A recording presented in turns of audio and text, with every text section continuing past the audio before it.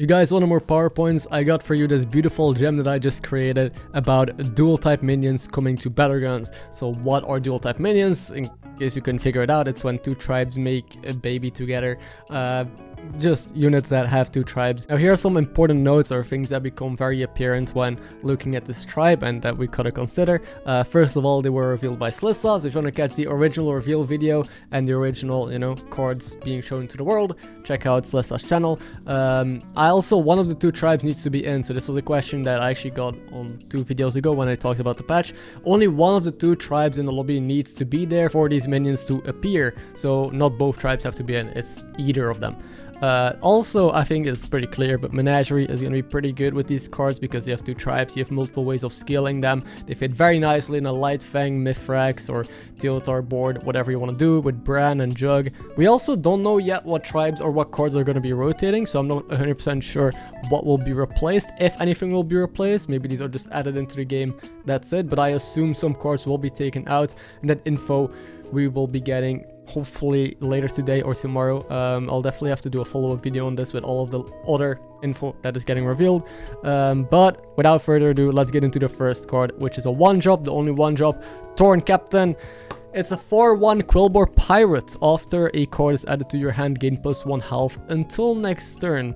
So right out of the gate, it seems like decent tempo because it has 4 attack and potentially more health, which is decent stats for a 1-drop. But that's it. It's also very situational. Again, if you buy and play this turn 1, I think it's a 4/1. I don't think it turns into a 4/2 just yet because it needs to be played first. So it is actually really bad. I mean, if you're playing Lord Barrow, for example, the hero that gets coins in your hands, it is decent tempo because if you win your bets, at least have at least 3 health on this every turn. It doesn't scale. It goes back to 1. Keep that in mind. So this is super situational. Early on, it's maybe not even good tempo. Most of the time, it's a 4/1 or 4/2, which trades poorly against a lot of the 1-drops. And that's it. It doesn't scale late game. It doesn't scale mid game. It doesn't really have a place on your board most of the time. It's a very odd card. Early on, you won't be buying a lot of cards anyway, or adding a lot to hands, again depending on the hero maybe, but I don't see why you would want this. I think most 1-drops are almost preferable to take over this. Now looking at the tags, it has Quillbor Pirate. Maybe if you need a Quillbor or a Pirate to fill on the board, but still I don't like that. And of course people are going to point out, wait, but with Hogger it's insane. With Hogger you buy so many cards in hand, this is going to have like 100 health. Or with gems, you get so many gems in hand, this is going to have like 20 health. Yes, but it resets again every single turn, and if you get 100 cards in hand, you might as well just make 100 unit or way better cards that do different stuff instead of keep a stupid Thorn Captain on board. So these synergies are there. I see them. Don't get baited though. So for all of these reasons, my boy Thorn Captain gets a 1. On to the next slide, Blazing Skyfin, which is a 2-drop, a 1/3 Murloc Dragon. After you play a Battlecry minion, gain +1/+1. Those of you who have been playing Battlegrounds for a while will realize that this is very similar to Crowd Favorite. Whenever you play a card with Battlecry, gain +1/+1. So the main difference is it's a tier lower and it has a tag now. It's a Murloc Dragon instead of a neutral. Crowd Favorite was actually decent, saw some play, mostly tempo. It wasn't really a full board, but I remember making Crowd Favorite videos like 2 years ago at this point. Those were really good times. Now, these tags are way more relevant than the previous Quillbor Pirate one because Dragon tags means that you can give it a shield. Nadina is in the game. There's also the 3-drop dragon that gives a shield to another one. Dragons just have easy access to shields, meaning that you can Divine Shield a Murloc, meaning you can poison this. Divine Shield poison, you basically can poison a dragon as well. If you're just playing Caligo's board and you're skilling random dragons, this is a good dragon to skill because it skills twice as much, because every battle card you play, this also gets +1/+1, and you can poison it at some point, so Nadina endgame becomes incredibly good. This is such a nutty card. It has so many applications, and both tribes for it are really good. Obviously, with Murloc buffs, really good. Every battle cry you play, it gets an additional bonus, so it seems like a great Murloc to have on the board. It can be shielded as well. So standalone, even without not looking at the tribes, it's decent. Like if this would be a purely neutral card, I think it would still see some play early on. Probably wouldn't go into the end game because it has no tribe and no tag. But you could skill this pretty significantly. It could get pretty big if you hit this early on tier 2. Buy some battle cries, play some battle cries, get some free stats. I think it's just a decent card. So I don't think I have to mention it's a perfect menagerie card. I think it just has amazing tribes, amazing scaling potential early on tier 2, so you can build around it. This is an easy 5-star. I think Blazing Skyfin is gonna see a lot of play.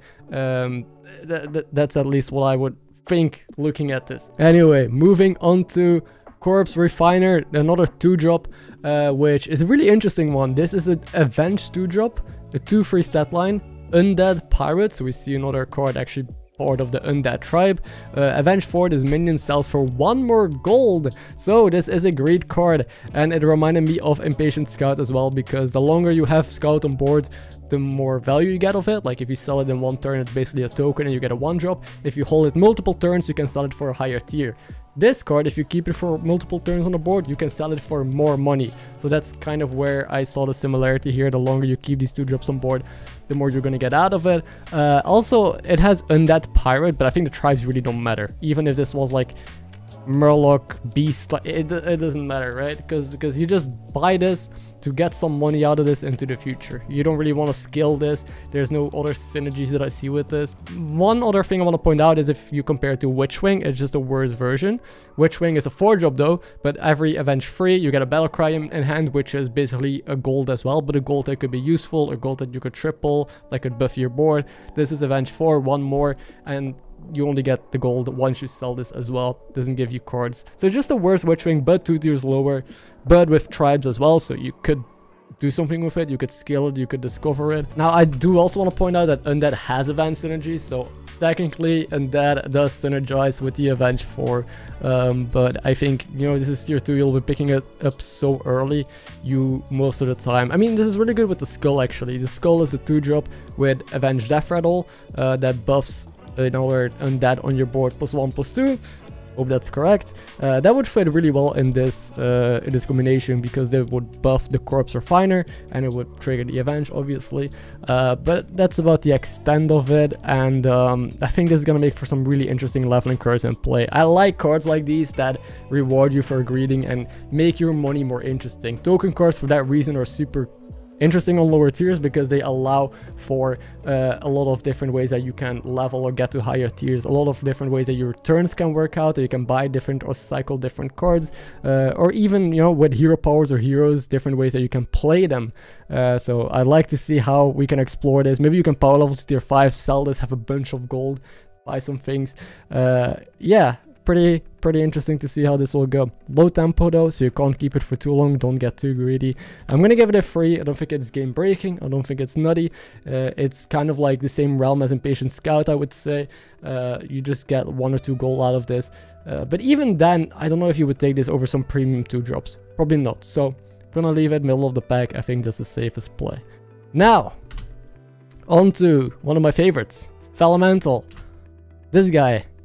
I just Elemental, beautiful. Anyway, it's a 3-drop, a 3/1 Elemental Demon. Battlecry, minions in Bob's Tavern have +1/+1 for the rest of the game. So essentially, it is a Nomi without a Nomi. You play this, you get buffs in the tavern.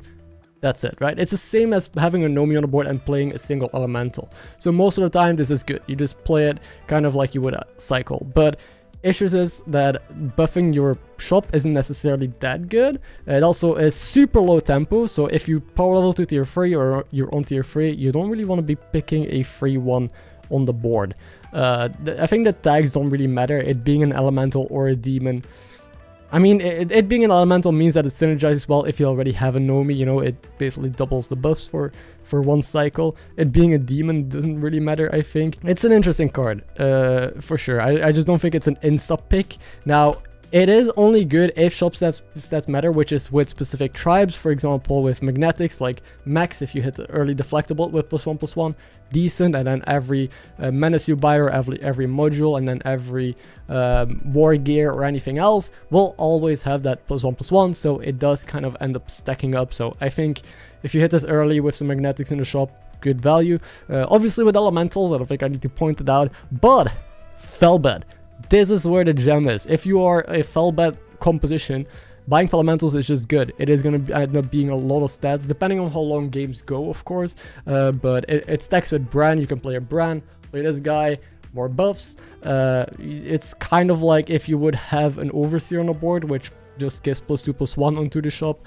Instead, you don't have to keep this around. Well, the Overseer you would have to keep around, so you can just cycle Felelementals, play a Felbat, you know. And with Nomi Felbat, the issue is that you would need Elementals in the shop in order to get big stats there that you would eat. With Elemental, you don't. Like, anything in the shop gets buffed. They don't have to be Elementals. So that's it for this card. I think it's a free. I don't think it's like exceptionally good, because in a lot of compositions, like if you're playing beasts or dragons, or it doesn't really matter. The +1/+1 is irrelevant in the shop. It's also not an insta pick. It's no good tempo, but situationally, like I pointed out, some synergies. It's cool. It enables some fun things to explore. Now, moving on to Magma Lock, which is, as you probably can tell from the name, a Murloc and an Elemental. Now this one is really interesting. I mean, you'll probably notice it is a 1/1. At the end of your turn, gain +1/+1, repeat for each minion you played this turn. So when I saw this, my head instantly just had to think of Major Domo and Peggy, because well, Domo is at the end of your turn, your leftmost minion gets +1/+1 for every elemental you cycled. This is just every card that you played, or every minion that you played, not necessarily elemental, but you know, you can see the similarity. The difference is that Magma Lock would just scale itself as a big dude, while Domo could scale a Cleave or a Wind Fury or a Divine Shield, and you can spread the stats onto multiple cards. So there's the main difference between the two. And with Peggy and Magma Lock, Peggy, whenever a card is added to hand, you give +1/+1, but you also give it to a pirate. While, I mean, adding a card to hand is almost the same as just buying and playing a card. Magma Lock would just put the stats on itself. So you don't necessarily need a pirate, but Peggy is a 6/5, so Peggy comes with a bigger stat line. Also, Peggy works if you add spells to hand or triples or gems, whatever. Magma Lock does not. So Magma Lock just, I don't think it's gonna be that good, just because it is super low tempo. Like, at what point are you gonna take this? If you're on tier 4, you take a 1/1, you're gonna die. Like, at the same turn, maybe if you play this, it's gonna be a free, right? Because it's a 1/1, it gets +1/+1 at the end of turn, plus an extra 1/1 for you playing the card, and then if you play a couple more cards, maybe it's +4/+4 +5/+5. That is not good enough, I think. So tripling into this would also feel awful. It can work. I feel like it could snowball. I see scenarios where you just have a board of double big Magma Lock, especially if you're playing Murlocs and cycling a lot of Murloc Battlecries with Lookout and Bran. But again, at that point, you're already high rolling. Do you really need this extra card to high roll more? Like, a lot of these cards are only good in specific high roll scenarios, which is, generally speaking, meaning that the card is not that good. Good cards are the ones that are good in situations that are not necessarily high rolling. Cards that can be played most of the time. Those are the ones that I think I value a lot. Now, this is a good ending unit. So if you are having like a very APM heavy turn, you're playing a lot of Battlecries with Bran, a lot of this, that, you're cycling a lot, whatever, and then you end up finding a Magma Lock at the end, then it's pretty good to play, because at the end of the turn, it will still get all of those buffs, and you will immediately have a decently sized unit on the board. Obviously, people are going to point out APM Pirates. Sure, you can play this. It's kind of like you would play a Peggy or a Salty Looter, but instead, it is an Elemental Murloc. So if you think those tribes will be more valuable to you than just the pirate tag, sure, I guess you can poison it, and I guess it also enables Lookout. But do you want to play Lookout with APM Pirates? Like, those are all things you gotta consider. You can't shield it. I'm just gonna give it a 2. At first, when I saw this, I was super excited. I wanted to give it a 4, but the more that I thought of it, and the more that I compared it to different cards and tried to figure out when I could actually play it and how I would pull it off, it just seems underwhelming. And I think it's gonna be good on high roll boards, but generally speaking, you're gonna get killed trying to make this work. Okay, now on to Perfect Quill. Perfect Quill is a 4-drop 2/4 Quillborn Naga. After a spell is played on this, gain poisonous until next turn. It's a really interesting card. I think Minder pointed out it is very similar to like a Theory Croft that he did like, I don't know, a year ago. So to try and fix poison. So I do want to point out that the attacks on this I think don't matter a whole lot. Both Quillborn Tribe and Naga Tribe don't really, like, dragons for example can get shields with Nadina and with the other dragon. Murlocs can get poisonous, but Quillbors, the tag isn't really relevant. Like, you can buff it with Dorgaze Elder. If you buff it dynamic duo skills a bit, it's just not that relevant. Same with Naga tag. The Naga tag doesn't really do much, right? You can play it on a Naga board and then it scales up with Atissa. I guess, but that's about it. So it might as well just be a neutral. I think it would stay just as good. Now, this is just an easy way to get a Poison Divine Shield on tier 4, right? If you have the Divine Shield Naga, the Taunter on tier 5, Glow Scale, you put a shield on this, it's gonna instantly give it poison as well because you play a spell on it. So if you just have that taunt and this guy, you have a Poison Divine Shield that probably stays on your board, which is nice. I like the design a lot. You can also just play a gem on it every turn, put a banner board next to it, whatever. It just seems more like a tech card though. It's not something, I mean, you could scale it. The tribes that it has means that you could scale this up compared to it being a neutral, for example. I like to compare it to like the Spore that we had, which is the neutral 1/1 on tier 5 poisonous, which it was hard to scale. This one will be a bit easier. It could fit into Menagerie, but it's just a tech card, right? I think you rather prefer bowling big dudes, but if you know someone in the lobby is just bigger than you, might as well play a Perfect Quill and try to find a Divine Shield or something.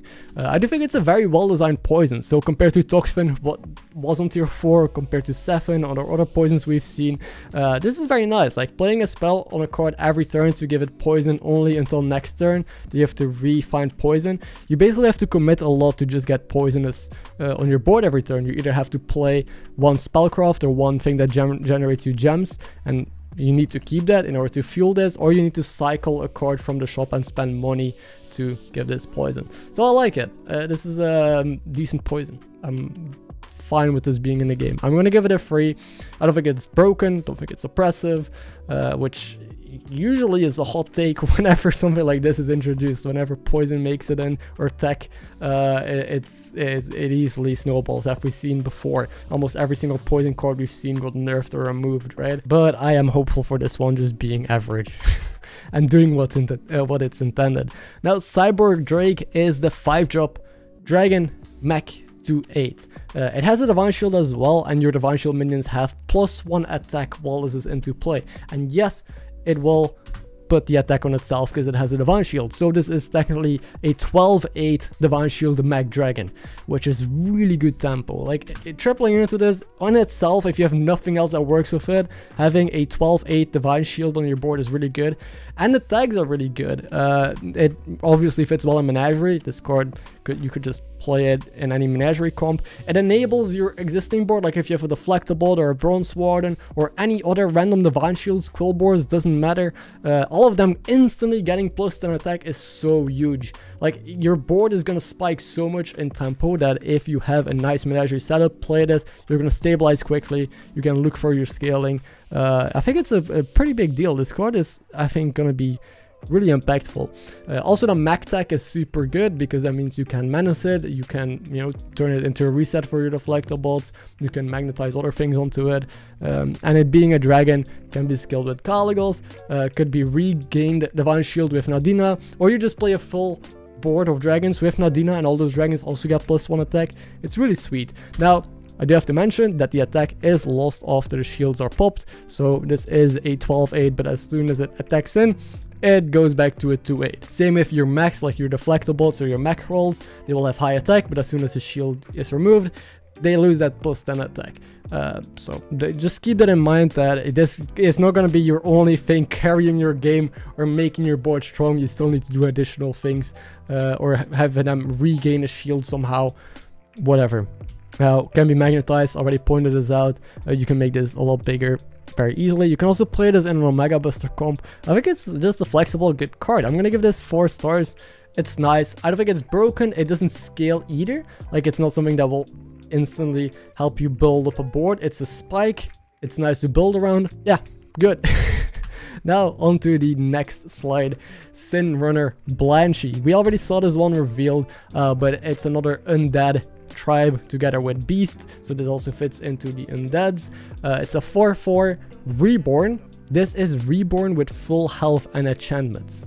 Honestly, this might be the best undead. Like, we have the full undead tribe, we've seen all the undead cards. This might be one of the best undeads in that tribe, and it's a dual tribe. Like, it's kind of crazy that you can scale this up, and it just comes back and it's the same size again. It just seems ridiculous. It can also be shielded. I think if you put a Divine Shield on this with the Naga and it's reborn and it comes back, I think it comes back with the shield as well, since it keeps full enchantments. Could be wrong on that, but I think that's how it works. Also, Khadgar. Bro, imagine you make this like huge. You have it taunted, and then just like a golden Khadgar, normal Khadgar, you summon a full board of these guys.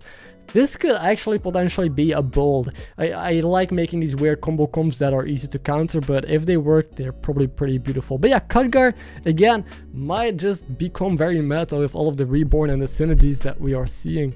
Obviously with Beast, it's really good. If you have a Mob Bear, it's already pretty big. With Crocolisk, it becomes really big, and then if it dies, it comes back with all those stats. With Froggers, Leapfroggers, Baron, you know, all the shenanigans, it just works really well with pretty much anything, any of these two tribes, or just the menagerie itself. I'm gonna give this a 5. This card seems really good. Again, if you hit it though, you still need to find additional things. Tripling into this isn't good because you have a 4/4 that summons a 4/4. Not that great stats, but if you find scaling for it, or already have scaling, even just like tempo on your board that buffs this, and then it resummons with all of that tempo from the fight, it's a nice tool. I think it's gonna be very good on endgame boards. You want to find this as your card that you want to scale up.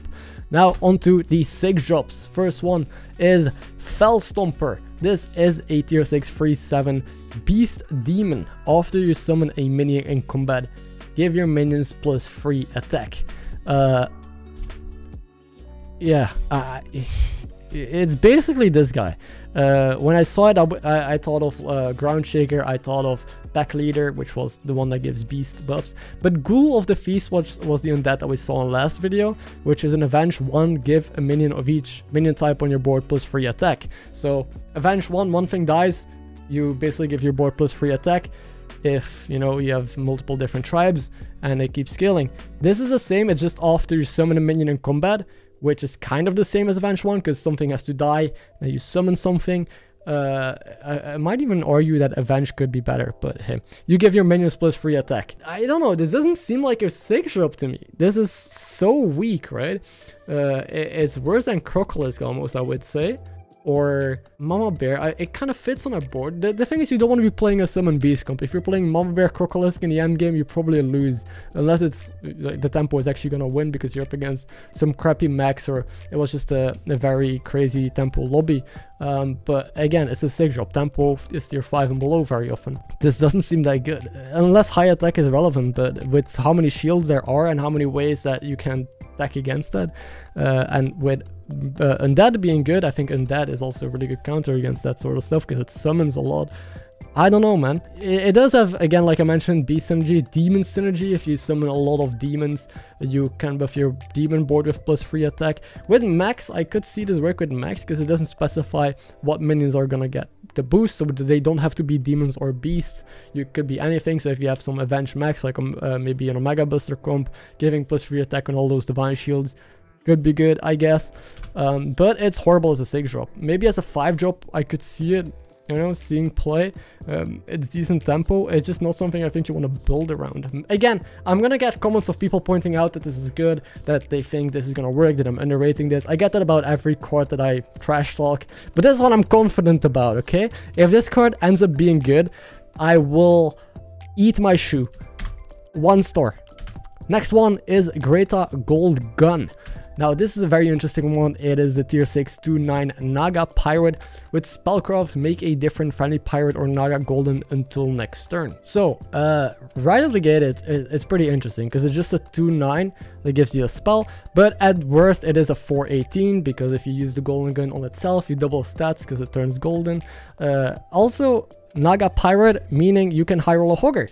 This is a great enabler, right? You find 1 Hogger, use the golden spell on that, and you can go infinite and print a lot of money. So clearly this will help you, you know, high roll pirates easier. Obviously also with Naga, you know, if you find Atissa or Critter Wrangler, having this as your spellcraft minion, it's better than any other random minion, right? If you're playing Atissa, you usually have a couple of random spellcrafts on the board because they just allow you to scale, even though they don't matter. It's probably one of the best spellcrafts, together with the 5 drop Divine Shield, Taunt, Glow Scale again. One of the best spellcraft minions, and Orgozoa, but that's not a Naga itself. So this is something that you can keep on a Naga board. On a pirate board, you probably keep it for a couple turns until you're infinite. Issue is that on itself it does nothing. If you triple it and you don't have any follow-up or any golden good cards to golden, you're kind of screwed. It's also just worse than Golden Hammer, the quest that we had, because you can't use it on anything that is not a pirate or a Naga. So if you have a good undead or Avenge synergy or whatever, something else going. This is just kind of a dad roll or kind of a dad triple.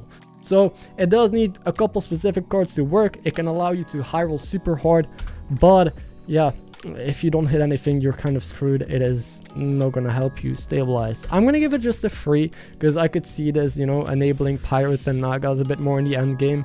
Not that I think that they need it. Naga already has insane high roll on tier 6. Same with Hogger APM. That was already pretty easy to do with Tony. You can easily golden Hoggers, and you can easily go infinite. So I don't really think they needed Greta, especially as a 6 drop.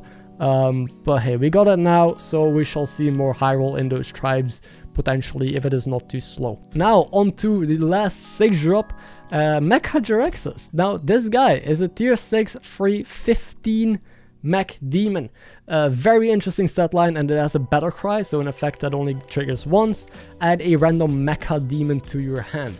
Now we need some context for this. What the hell are mecha demons? They better be good, because just playing a free 15 is not that good, you know. As a 6 drop, you want this to be impactful. So mecha demons, there's actually 3 of them. The first one is Baltarak, which is a 10-1 mech demon. Reborn, can magnetize to mechs and demons. So you can now magnetize onto demons. Now, basically, when I look at this, the main thing that I just think about is it's 10 attack to a mech. 10 attack to a deflectable, pretty good. To a mech roll, pretty good. To a 4 Reaper, pretty good, right? When I look at demons, like, why would you want to put 10 attack on a demon? Like, demons just skill a lot. They're mostly stats.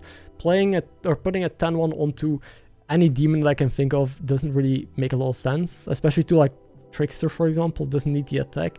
I don't know. I think magnetics and demons just don't mix well, so I think most of the time you'll want to use it onto a mech.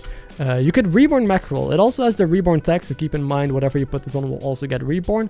Reborn demons, again, a little bit weird, because if you reborn a Trickster, it comes back as a 2-1. If you reborn a lot of the demons, they have death rattles that summon stuff, and your board is too full. You're not going to resummon the reborn. So I think reborn again on mackerel is going to be the best, like double mackerel, put this on that, pretty good. Or onto deflectables, resuming deflectables is really good. And worst case, it is a 13-16 reborn mecha demon Mecha Jiraxis. If you just put the Baltarak onto Mecha Jiraxis, that works as well, and then you got a 13-16, which is a really big stat line right out of the gate.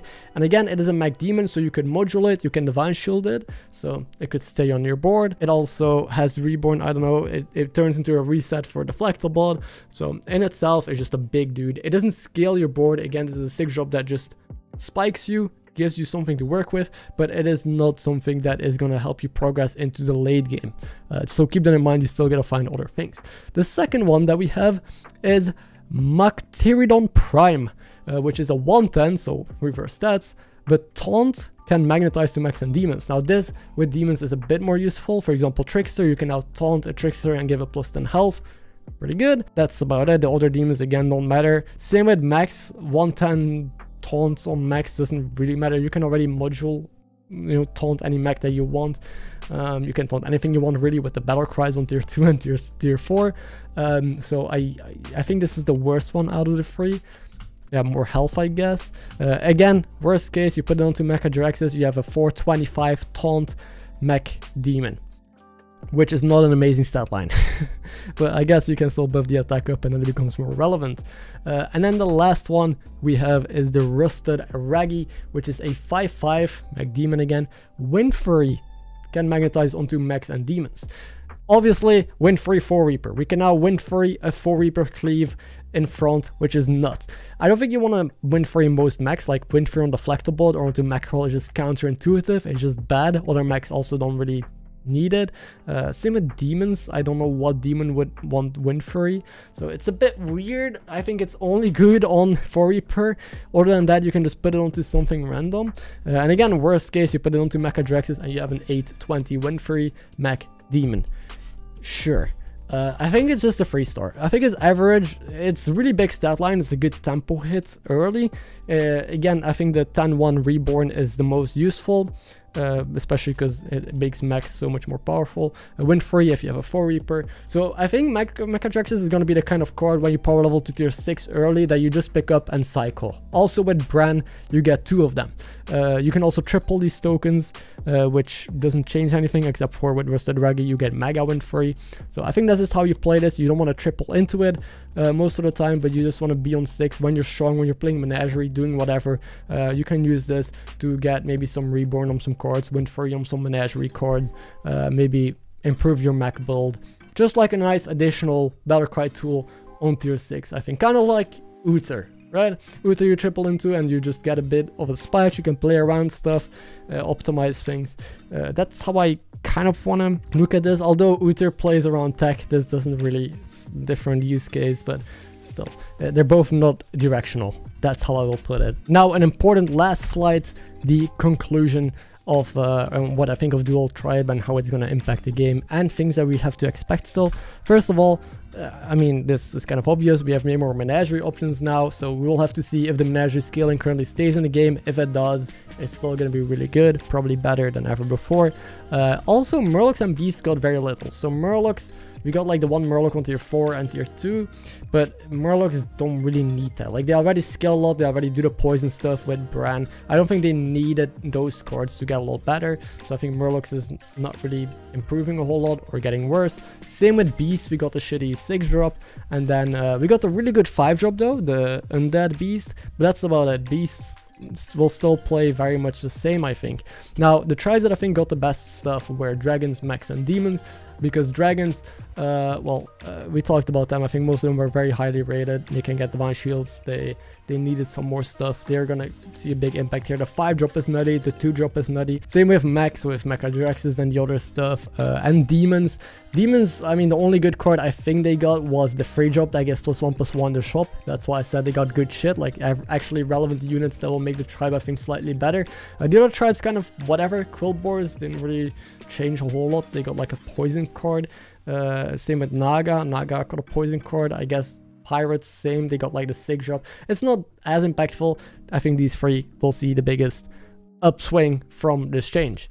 What also is very apparent is that there seems to be more tech. For example, the tier 4 poison card will be in the game, meaning you can play better on stuff, and there's going to be so much more reborn. There's going to be so many more ways that you can play around opponents. I think we will see some very interesting endgames and some very interesting ways that you can try and play around your opponents and, you know, tech essentially, and tech that you have to play around. Also, we see so many great cards, like the 2 drop Avenge that gives you money, like again the 3 drop that is a free one and gets +1/+1 to shop, like the Murloc, the 1/1 on tier 4 that eventually picks up pace and starts scaling, the 6 drop that golden something. A lot of these cards that got revealed here with duel-tribe are very greedy, so that means that the game might go a bit slower in pace initially and then pick up steam and high roll like crazy. So you might be in a very high rolly end game and a slower early game. Again, that's only looking at these tribes. We still have undead into the mix and the current existing meta, and I can't predict the future perfectly, but all I can say is that things got slightly greedier with these cards. Also, leave a like if you enjoyed the video. Put a lot of time into these, and I'd like to know if you enjoyed it.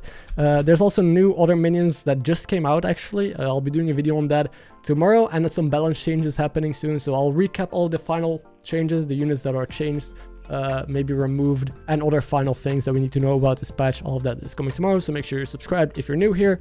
Also, the preview event is tomorrow. This is a couple content creators being able to try out the new stuff early. I got access to co-stream it, so I'll be streaming here live on YouTube tomorrow as well. So if you want to see me give commentary and check out how people are trying to make this meta work, and that cards, duel-tribe cards, you know, tune in. I'll be here. And thank you so much for watching. I'll catch you in the next video.